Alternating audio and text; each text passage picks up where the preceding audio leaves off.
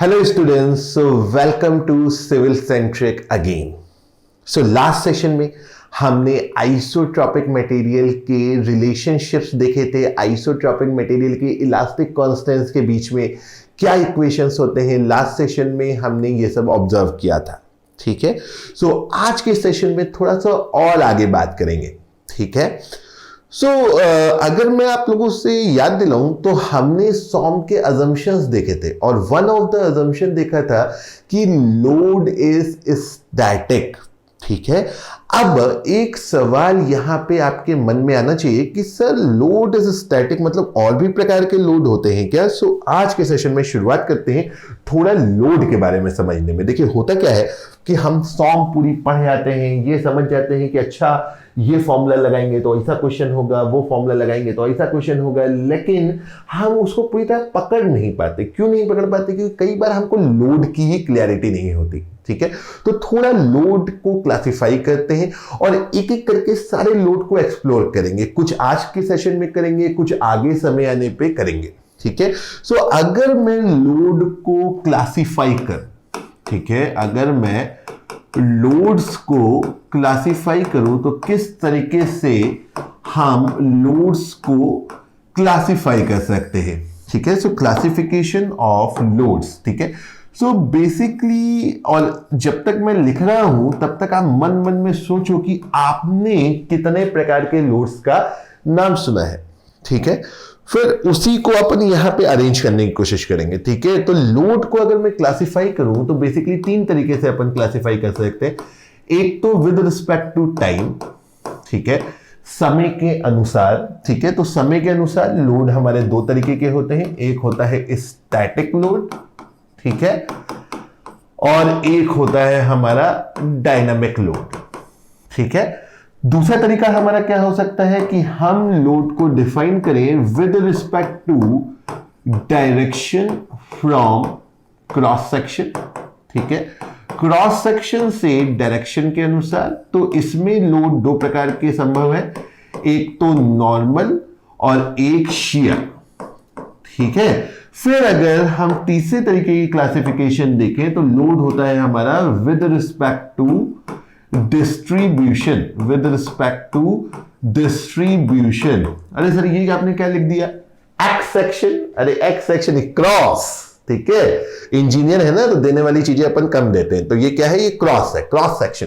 With respect to distribution, with respect to distribution load दो type के हो सकते हैं, एक तो कंसंट्रेटेड, एक डिस्ट्रीब्यूटेड। तो ये हुई हमारी पहली कैटेगरी की क्लासिफिकेशन ऑफ द लोड, जो बेसिक क्लासिफिकेशन है। अब इसको अपन फर्दर क्लासिफाई कर सकते हैं। तो with respect to time static load दो प्रकार के हो सकते हैं। एक हो सकता है हमारा डेड लोड, ठीक है, एक हो सकता है हमारा ग्रेजुअली अप्लाइड लोड। एक हो सकता है हमारा ग्रेजुअली अप्लाइड लोड। ठीक है, डायनामिक लोड बेटा हमारे दो तरीके के हो सकते हैं। डायनामिक लोड हमारे दो तरीके के हो सकते हैं। एक हो सकता है हमारा इंपैक्ट लोड। ठीक है, एक यहां लाइन बना देते हैं ताकि आपको देखने में कंफ्यूजन ना हो। एक हो सकता है हमारा इंपैक्ट लोड और एक हो सकता है हमारा फटीग लोड। एक हो सकता है हमारा फटीग लोड। ठीक है, तो डायनामिक लोड हमारे दो प्रकार के होते हैं। अभी एक एक करके अपन इन सारे को डिस्कशन करेंगे। ठीक है, कुछ का आज करेंगे, कुछ का आगे आने वाले सेशंस में करेंगे। नॉर्मल लोड बेटा हमारा दो प्रकार का हो सकता है। एक हो सकता है एक्सियल, एक हो सकता है इसेंट्रिक एक्सियल। कैसा? Axial and eccentric axial. ठीक है, एक्सियल एंड इसेंट्रिक एक्सियल ये फर्दर क्लासिफाई हो सकते हैं, जिनको आप बहुत जनरली देखते हो। ठीक है, एक तो हमारा टेंसाइल, ठीक है, एक हमारा कंप्रेसिव। ठीक है, एक हमारा कंप्रेसिव। एक्सियल या इसेंट्रिक एक्सियल लोड हमारे दो तरीके के कैसे क्लासिफाई हो सकते हैं? टेंसाइल और कंप्रेसिव, यानी axial tensile load, axial compressive load, eccentric axial tensile load and eccentric axial compressive load. I hope कि आपको बातें समझ में आ रही है, ठीक है। अब शियर लोड बेटा हमारे दो टाइप के क्या हो सकते हैं, एक हो सकता है टीएसएल, एक हो सकता है इसेंट्रिक टीएसएल। सर ये टीएसएल क्या है, ये टीएसएल क्या है? So TSL stands for transverse shear load. TSL बेटा हमारा स्टैंड करता है, इसकी फुल फॉर्म अपन यहां लिख देंगे, तो टीएसएल हमारा स्टैंड करता है ट्रांसवर्स शियर लोड के लिए। किसके लिए बेटा? ट्रांसवर्स शियर लोड के लिए, ठीक है। ठीक है, तो हमारे शियर लोड दो टाइप के क्या हो सकते हैं, एक तो ट्रांसवर्स शियर लोड, एक इसेंट्रिक ट्रांसवर्स शियर लोड। फिर कंसंट्रेटेड लोड बेटा, कंसंट्रेटेड लोड हमारे किस प्रकार के हो सकते हैं, तो कंसंट्रेटेड लोड बेटा हमारा हो सकता है पॉइंट लोड, जिसको हम कंसंट्रेटेड लोड भी बोलते हैं, है ना। और लोड के साथ साथ बेटा एक और होता है क्या, मोमेंट, ठीक है। एक और क्या होता है, मोमेंट होता है। गेटिंग माय पॉइंट बेटा, getting my point. Distributed load में बेटा क्या हो सकते हैं हमारे यूडीएल, ठीक है, यूवीएल। अब लोड है तो मोमेंट्स भी हो सकते हैं, UDM and UVM. So UDL stands for, UDL बेटा क्या है, यूडीएल है uniformly distributed load, okay, uniformly distributed load, ठीक है। यूवीएल क्या है, ये है हमारा यूनिफॉर्मली वैरिंग लोड, ठीक है। हमारा यूडीएम क्या है, ये है uniformly distributed, uniformly distributed moment, alright. और यूवीएम क्या है हमारा, यूवीएम है uniformly varying moment, uniformly varying moment, okay. So ये हो गए हमारे बेटा लोड के क्लासिफिकेशन। तो बेटा अब मैं एक बात करने जा रहा हूं, बड़े ध्यान से सुनिएगा। देखिए सॉम की दुनिया में जो भी हम सॉम पढ़ेंगे, हम इन्हीं लोड्स के बीच में घूमने वाले हैं, ठीक है। हमारी जो भी बात होने वाली है वो सारी की सारी बात हमारी इन्हीं लोड्स के बीच में होने वाली है। और सॉम की दुनिया में इसके अलावा कोई लोड नहीं है, ठीक है। तो एक बार ऐसे ही मैं क्लास ले रहा था दिल्ली में, तो एक बच्चा उठ के खड़ा हुआ, सिविल का ही था, बोला सर मैंने एक दूसरे सब्जेक्ट में एक और लोड का नाम सुना है। मैंने बोला क्या? उसने बोला सर विंड लोड, है ना। क्या बोला उसने? उसने बोला भाई ने मेरे कि सर विंड लोड, है ना, ठीक है। तो मैं बिल्कुल मानता हूं कि एप्लीकेशन के कॉन्टेक्स्ट में कई बार हम लोड के नाम को चेंज कर देते हैं, ठीक है। लेकिन हमारी सॉम की दुनिया में विंड लोड जैसा कोई लोड नहीं है। क्यों नहीं है? ठीक है, मेरी बात सुनिए। अगर विंड लोड है तो फिर ये मेरा फिंगर लोड है, ये मेरा टू फिंगर लोड है, ये मेरा हैंड लोड है, राइट, ये चश्मा लोड है, ये डिजिटल पेन लोड है ना। तो भैया जिस माध्यम से लोड लग रहा है, अगर उसके हिसाब से मैं क्लासिफाई करूं तो इस दुनिया में लोड की क्लासिफिकेशन कभी खत्म नहीं हो सकती। हम लोड का क्लासिफिकेशन जो सॉम में करते हैं वो इस बेसिस पे नहीं करते कि किस माध्यम से, किस मीडियम से वो लोड लगाया जा रहा है, बट हम इस तरीके से करते हैं कि उस लोड का इफेक्ट क्या आ रहा है विद रिस्पेक्ट टू टाइम, ठीक है, या विद रिस्पेक्ट टू टाइम उसमें क्या चीजें देखने वाली हैं, with respect to cross section, with respect to the cross section वो क्या है, और विद रिस्पेक्ट टू डिस्ट्रीब्यूशन वो कैसा है। तो there is no load like wind load in the world of SOM. SOM की दुनिया में wind load, finger load, hand load, चश्मा लोड, ऐसा कोई लोड नहीं होगा, ठीक है। तो अब हम क्या करने वाले हैं, अब जैसे जैसे सेशन आगे बढ़ेंगे वैसे वैसे समय के साथ आप इन सारे लोड को कहीं ना कहीं देखने वाले हो। जैसे आज के इस सेशन में हम थोड़ा सा स्टैटिक एंड डायनामिक लोड के बारे में बात करने की कोशिश करेंगे, ठीक है। आगे जब आप आगे बढ़ोगे, जैसे जब हम हुक्स लॉ पे आएंगे तो हम बेसिकली एक्सियल लोड्स की एनालिसिस करेंगे जो कि टेंसाइल या कंप्रेसिव नेचर के हो सकते हैं, ठीक है। उसके बाद जब हम आगे बढ़ेंगे, जैसे eccentric axial load, eccentric axial load हमें देखने को मिलेगा जब हम बेंडिंग पे पहुंच जाएंगे, राइट। ठीक है, समय के साथ चीजें आएंगी। शियर लोड के बारे में और इसेंट्रिक ट्रांसफर शियर लोड के बारे में आपको देखने को मिलेगा जब हम shear force diagram and bending moment diagram की बात करेंगे, और वहीं पे ज्यादातर आपको यूडीएल, यूवीएल, यूडीएम, यूवीएम देखने को मिलेगा। जब हम बेंडिंग मोमेंट और टर्निंग मोमेंट चैप्टर पढ़ेंगे तो आपको कंसंट्रेटेड मोमेंट या पॉइंट मोमेंट आपको वहां पे देखने को मिलेंगे। ठीक है, तो जैसे जैसे सॉन्ग आगे बढ़ेगा वैसे वैसे इन लोड से आपकी पहचान बढ़ती जाएगी और इससे आपकी ज्यादा पहचान होती जाएगी। तो आज थोड़ी जान पहचान करते हैं इस सेशन में। तो सबसे पहले कौन सा लोड था बेटा? हमारा स्टैटिक। ठीक है, तो हमारे पीछे सेशंस में ये बात हुई है। स्टैटिक लोड क्या होता है? ठीक है, तो थोड़ी सी डेमोक्रेटिक डेफिनेशन लिखता हूं। सो विच changes negligibly, देखिए थोड़ा डिप्लोमेटिक डेफिनेशन है, which changes negligibly with respect to time। ठीक है, ये WRT क्या है? with respect to time। ठीक है, तो स्टैटिक लोड कैसे लोड होते हैं? जो विद रिस्पेक्ट टू टाइम जिनमें चेंजेस नेग्लिजिबल होता है। ठीक है, जिसमें चेंजेस नेग्लिजिबल होता है। जैसे हमने दो लोड देखा, हमने देखा डेड लोड। ठीक है, तो डेड लोड बेसिकली क्या है? डेड लोड बेसिकली किसी बॉडी का वेट है। ठीक है, वेट ऑफ द बॉडी। तो किसी बॉडी का वेट क्या समय के साथ चेंज होता है? तो आप कहोगे हाँ जी सर बिल्कुल होता है। हम जब छोटे थे तो 2 केजी के थे, अभी 80 केजी के हो गए हैं, मैं तो 120 का हो गया। तो इतने लंबे टाइम हॉरिजॉन में बात नहीं करनी है। कई लोग और फालतू बात करता है, अरे सर अगर मटेरियल पोरस हो और उसको अपन पानी में डाल दें तो उसके पोर्स में पानी भर जाएगा तो उसका वेट चेंज हो जाएगा। इतनी फालतू बातें नहीं करने का यार। ठीक है, weight of the body constant रहता है अगर बहुत लंबे टाइम हॉरिजॉन में अपन देख के चलते हैं, और अपन 100 में यही मानेंगे। सो वेट ऑफ द बॉडी हमारी क्या होती है?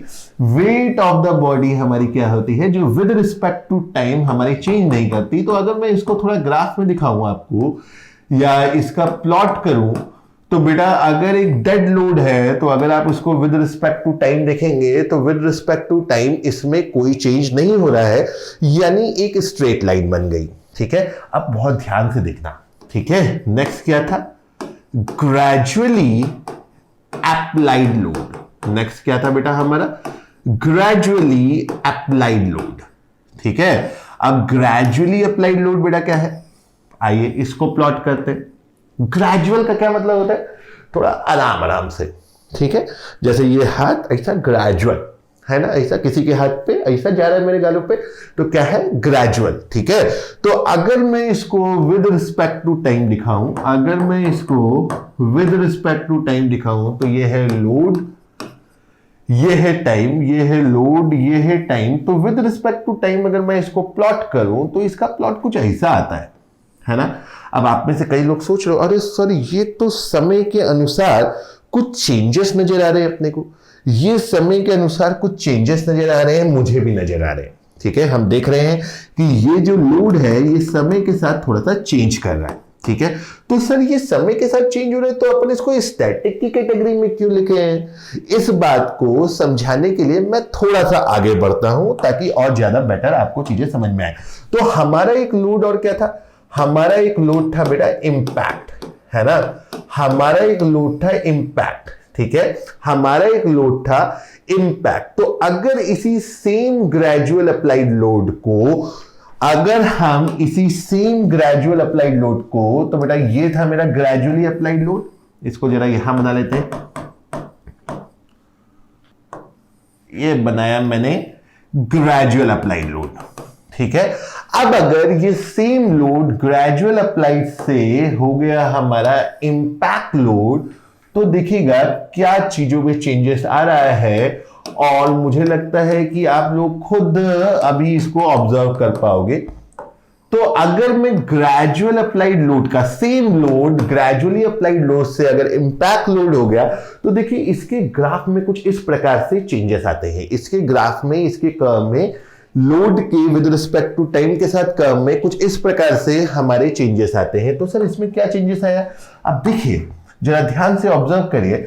अगर मैं एक छोटे से टाइम इंटरवल को पकड़ूं, अगर मैं एक छोटे टाइम इंटरवल को पकड़ूं, अगर मैं एक छोटे से टाइम इंटरवल को पकड़ूं और इस छोटे से टाइम इंटरवल में अगर मैं देखूं कि यहां पे लोड में कितना चेंजेस हो रहा है, देखिए चीजें थोड़ी देर में ही बस आपकी आंखों के सामने आने वाली है, तो आप देख सकते हो कि हमारे छोटे से टाइम हॉरिजॉन में हमारा जो लोड में चेंज हो रहा है वो यहां पे डेल्टा पी हो रहा है। तो सर यहां पे कितना हो रहा है, तो सर यहां पे कितना हो रहा है, तो अगर मैं यहां पे देखूं बेटा इस छोटे से टाइम हॉरिजॉन में अगर मैं यहां पे देखूं तो देखेंगे तो इसी छोटे से टाइम हॉरिजॉन में अगर मैं यहां पे देखूं तो एक स्ट्रेट लाइन बनाऊं तो आप यहां से महसूस कर सकते हो। देखिए क्या आपको ऐसा लगता है कि यहां पे एक छोटे से टाइम हॉरिजॉन में लोड में जो चेंजेस हो रहे हैं वो उसके कंपैरिजन में इस वाले ग्राफ में इंपैक्ट लोडिंग के ग्राफ में छोटे से चेंज ऑफ टाइम में हमारा लोड बहुत ड्रास्टिकली चेंज हो रहा है, बहुत ज्यादा चेंज हो रहा है। इसीलिए हम इसको इंपैक्ट यानी डायनामिक लोड की कैटेगरी में डालते हैं, क्योंकि यहां पे आप साफ साफ इस कर्व में देख रहे हो कि समय के साथ हमारे लोड के मैग्नीट्यूड में सिग्निफिकेंट चेंजेस आ रहे हैं, ठीक है, और यहां पे समय के साथ हमारे लोड के मैग्नीट्यूड में ज्यादा चेंजेस नहीं आ रहे। इसीलिए हम इसको ग्रेजुअली अप्लाइड लोड को स्टैटिक लोड की कैटेगरी में डालते हैं और समय के साथ हुए इन छोटे चेंजेस को अपन निग्लेक्ट कर देते हैं। यहां पे इन चेंजेस को हम निग्लेक्ट नहीं कर सकते क्योंकि ये काफी ज्यादा है। इस बात को एक आसान तरीके से समझाता हूं। देखो ये हाथ है ना, अब आप बताओ मन में कि भैया इसका हाथ का कितना वजन होगा, है ना। मैं आपको एक बात बताता हूं, अगर जब भी मैं ये सवाल किसी भी क्लास में पूछता हूं तो बच्चे हमेशा बोलते हैं सर 2.5 किलो 2.5 kg, है ना। अपने सनीपा जी का डायलॉग है ना, 2.5 kg का हाथ है, ठीक है। अब ये जो 2.5 किलो का हाथ है बेटा, ये अगर किसी के गाल पर ऐसा गया, ठीक है, ऐसा 2.5 किलो, ठीक है, लोड इस गाल के ऊपर तो 2.5 किलो का ही आएगा, है ना। तो ये जो 2.5 किलो है किसी के गाल पर ऐसा गया, ठीक है। दूसरा तरीका क्या है कि मैंने हाथ ऐसे किए और ये ऐसा गया, ठीक है, लाइक अ स्लैप, ठीक है, एक थप्पड़ जिसको कहते हैं, ठीक है। तो जब ये एक थप्पड़ की तरह गया तो क्या हुआ, लोड तो 2.5 किलो था, लेकिन इस सरफेस पे ये लोड बहुत कम टाइम में अपनी मैक्सिमम इंटेंसिटी पे पहुंच गया। और आप इस बात को महसूस कर सकते हैं कि इसने क्या किया, इसने इंपैक्ट दिया, ठीक है। आप किसी पत्थर को किसी मेज के ऊपर लाके आराम से रख दो और एक ऐसा ऊपर से गिरा दो, दोनों ही कंडीशन में इफेक्ट अलग आता है ना। अब जिसको ये बात अभी भी पूरी तरीके से महसूस नहीं हुई वो जाइए अपने पेरेंट्स के पास, उनको कहिए सर एक डेमोन्स्ट्रेशन दो पापा, है ना। अपने पेरेंट्स को कहो एक डेमोन्स्ट्रेशन दो तो आपको अच्छी सी फील आएगी, ठीक है। इसकी जरूरत नहीं है, आई थिंक आप सब लोगों को ये बात समझ में आ गई होगी। तो अगर कोई लोड अपनी मैक्सिमम इंटेंसिटी में कम टाइम में पहुंच गया तो वो देता है इंपैक्ट, और अगर अपनी मैक्सिमम इंटेंसिटी पे पहुंचने के लिए वो सफिशिएंट टाइम लेता है तो उसे अपन क्या बोलते हैं कि वो लोड हुआ हमारा ग्रेजुअली अप्लाइड, ठीक है। और कहने की जरूरत नहीं है, आई थिंक आप इस बात को महसूस करते हैं कि ये हाथ जब ग्रेजुअल रहे तभी अच्छा, इंपैक्ट भरना तो दिक्कत है, ठीक है। सो डेफिनेटली जो इंपैक्ट लोड होते हैं वो स्टैटिक लोड से, ग्रेजुअली अप्लाइड लोड से ज्यादा डेंजरस होते हैं, ज्यादा हानिकारक होते हैं। तो अब हम क्या करने जा रहे हैं, थोड़ा सा इंपैक्ट लोड को और मैथमेटिकली समझते हैं, ठीक है। इसके ऊपर क्या क्वेश्चन आते हैं, कैसे न्यूमेरिकल बनाने हैं, उनकी बात करते हैं। तो थोड़ा समझिएगा बात को, ठीक है, थोड़ा सा समझेंगे बात को। आइए चलिए। सो अब अगर मैं आपसे कहूं,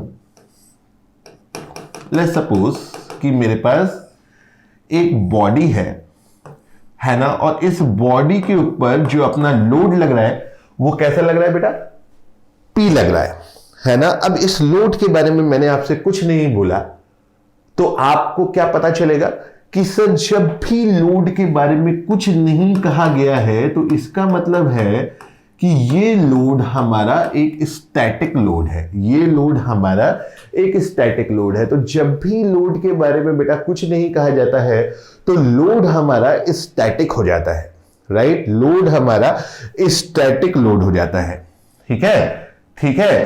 अब आप कहोगे सर अच्छा ये तो स्टैटिक लोड हो गया तो बहुत आसान है मामला। क्या बहुत आसान है सर? कि अगर इसकी लेंथ हमारी L है, अगर इसकी हमारी जो लेंथ है बेटा, अगर इसकी हमारी जो लेंथ है वो L है और इसका क्रॉस सेक्शनल एरिया हमेशा की तरह अगर A है, तो आप कहोगे सर ये जो लोड स्टैटिक है तो इसकी वजह से सर अपने को बहुत मजा आती है और अपने को ये बहुत इजी भी लगता है कि हम स्टैटिक स्ट्रेस निकाल सकते हैं। पीछे के सेशंस में हम निकालते ही आए हैं और हम इसको कहेंगे कि सर कोई दिक्कत की बात नहीं, this is force upon area. ये क्या है? ये है हमारा फोर्स अपॉन एरिया, ठीक है, ठीक है। अब स्टैटिक स्ट्रेस के साथ हमने डिफॉर्मेशन भी निकाला था, तो जब हमने डिफॉर्मेशन निकाला तो हमने क्या बोला कि सर इसका स्टैटिक डिफॉर्मेशन कितना है? PL upon A। तो अगर लोड स्टैटिक हो और इस तरीके से किसी बॉडी पे एक्ट कर रहा हो तो इस लोड की वजह से आने वाली स्टैटिक स्ट्रेस और स्टैटिक डिफॉर्मेशन हम निकाल सकते हैं। अब अगर ये सेम लोड इंपैक्ट बन गया, ठीक है, क्या टारगेट कर रहे हैं कि अगर ये सेम लोड हमारा इंपैक्ट बन गया तो जब ये सेम लोड हमारा बेटा इंपैक्ट बन जाएगा तो इस इंपैक्ट लोड की वजह से क्या स्ट्रेस आएगी और क्या डिफॉर्मेशन होगा, अब हम ये निकालने में इंटरेस्टेड है, ठीक है। तो सर या तो आपको कोई बता सकता है कि चलो एक पी लोड इंपैक्ट बन गया, ठीक है, या इसकी जनरल रिप्रेजेंटेशन आपको दी जा सकती है। तो कैसे जनरल रिप्रेजेंटेशन है? देखिए, सेम बार है जिसकी लेंथ L है, ठीक है, सेम बार है जिसकी लेंथ हमारी L है और ये नीचे मैंने एक फ्लेंज लगा दिया। ये क्या है? मैंने फ्लेंज लगाया है, ठीक है। इस तरीके से अपन रिप्रेजेंट करने की क्यों जरूरत पड़ती है अभी आपको समझ में आएगा। तो ये हमने एक फ्लेंज लगा दिया, ठीक है, ये अपन ने क्या किया? एक फ्लेंज लगा दिया और वही जो सेम लोड P है वही सेम लोड अब मैं एक हाइट से फॉल करा रहा हूं, ठीक है, एक हाइट से अपन इसके ऊपर फॉल करा रहे हैं। तो सर ये फ्लेंज लगाने का पर्पस क्या होता है? क्योंकि अगर फ्लेंज नहीं लगी है तो बच्चे क्या कहते हैं कि सर यार ये तो लोड फिर नीचे ही गिर गया, इसने इंपैक्ट कहां दिया, ठीक है।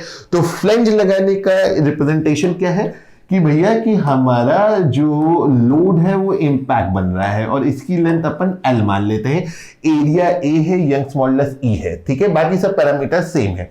अब जाहिर सी बात है अगर कोई लोड किसी हाइट से किसी बॉडी के ऊपर फॉल करेगा तो डेफिनेटली वो क्या कॉज करेगा? वो कॉज करेगा इंपैक्ट स्ट्रेस। वो क्या कॉल करेगा? वो क्या लोड देगा? वो देगा इंपैक्ट लोड, ठीक है। तो अब हमारा इंटरेस्ट क्या है निकालने का? अब जब ये यहां पे फॉल करेगा तो क्या होगा? जब ये यहां पे फॉल करेगा तो बेटा क्या होगा? ठीक है, इसमें कुछ क्या होगा? डिफॉर्मेशन होगा, है ना। इसमें क्या होगा बेटा? कुछ डिफॉर्मेशन होगा, ठीक है। तो इस डिफॉर्मेशन को अपन क्या कहेंगे? इस डिफॉर्मेशन को अपन कहेंगे डेल्टा इंपैक्ट। और हम क्या कहेंगे? यहां पे जो स्ट्रेस आएगी उसको हम कहेंगे बेटा, उसको हम कहेंगे इंपैक्ट स्ट्रेस, ठीक है। तो अब हमारा टारगेट क्या है? अब हमारी इच्छा क्या है? अब हमारी चाहत क्या है कि हम अगर लोड इंपैक्ट होता है तो उसकी वजह से आने वाली स्ट्रेस और उसकी वजह से होने वाला इलॉन्गेशन निकालें। तो अब भाई कैसे निकालें? तो हमें आसान क्या लगता है कि अगर लोड स्टैटिक हो तो स्टैटिक लोड में हम स्टैटिक डिफॉर्मेशन और स्टैटिक स्ट्रेस बहुत इजीली कैलकुलेट कर सकते हैं, ठीक है। तो बेटा अगर लोड इंपैक्ट हो तो क्या करें? ठीक है, तो भैया इंपैक्ट लोड की प्रॉब्लम कैसे हल करें? ठीक है, इंपैक्ट लोड की प्रॉब्लम कैसे होगी? ठीक है, तो इंपैक्ट लोड की प्रॉब्लम कैसे होगी? हम कुछ सिंपल स्टेप्स फॉलो करेंगे और फिर हो जाएगी। क्या ट्रबल है? कोई दिक्कत की बात नहीं है ना, कोई दिक्कत की बात नहीं। तो इंपैक्ट लोड की प्रॉब्लम को सॉल्व करने के लिए सबसे पहला स्टेप, ठीक है, भूल जाओ कि लोड इंपैक्ट है, ठीक है। Consider load as static, load impact था, कोई बात नहीं, अपन ने क्या मान लिया, अपन ने मान लिया कि लोड हमारा स्टैटिक है, ठीक है, भले ही वो इंपैक्ट था।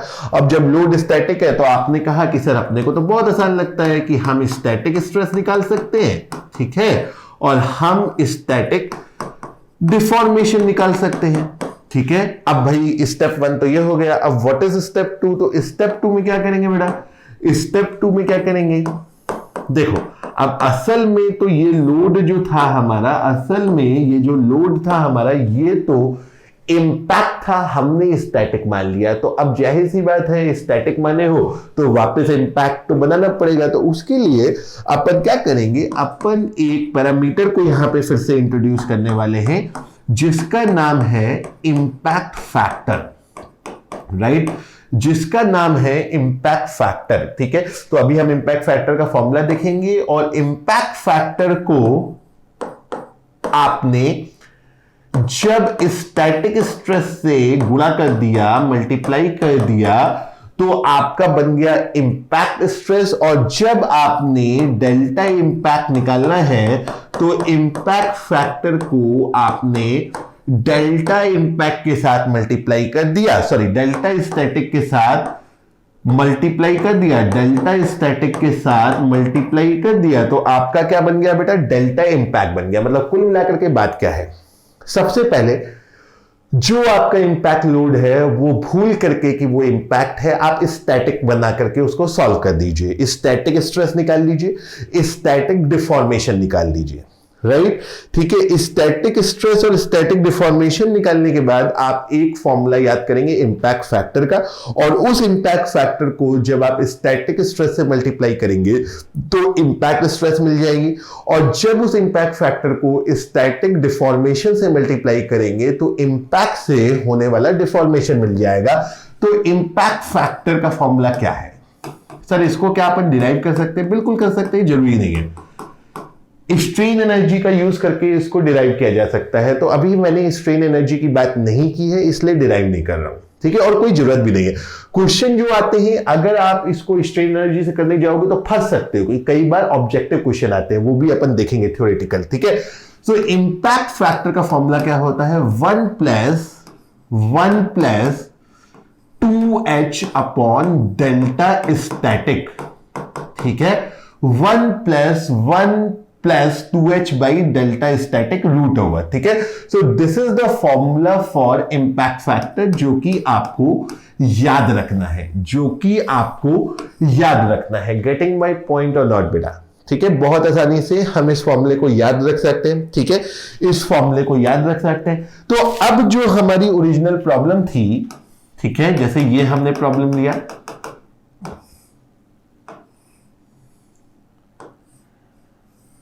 ये अपनी क्या लगी थी बेटा, फ्लेंज लगी हुई थी, और इसके ऊपर लोड हमारा फॉल किया फ्रॉम द हाइट h, ठीक है।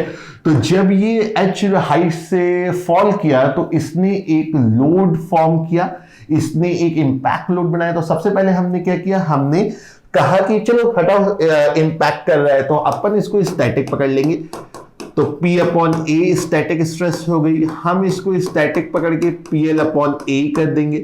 फिर अपने ने क्या करना, अपने को इंपैक्ट निकालना था, ठीक है, तो हमने इंपैक्ट फैक्टर का मल्टीप्लाई कर दिया स्टैटिक स्ट्रेस में।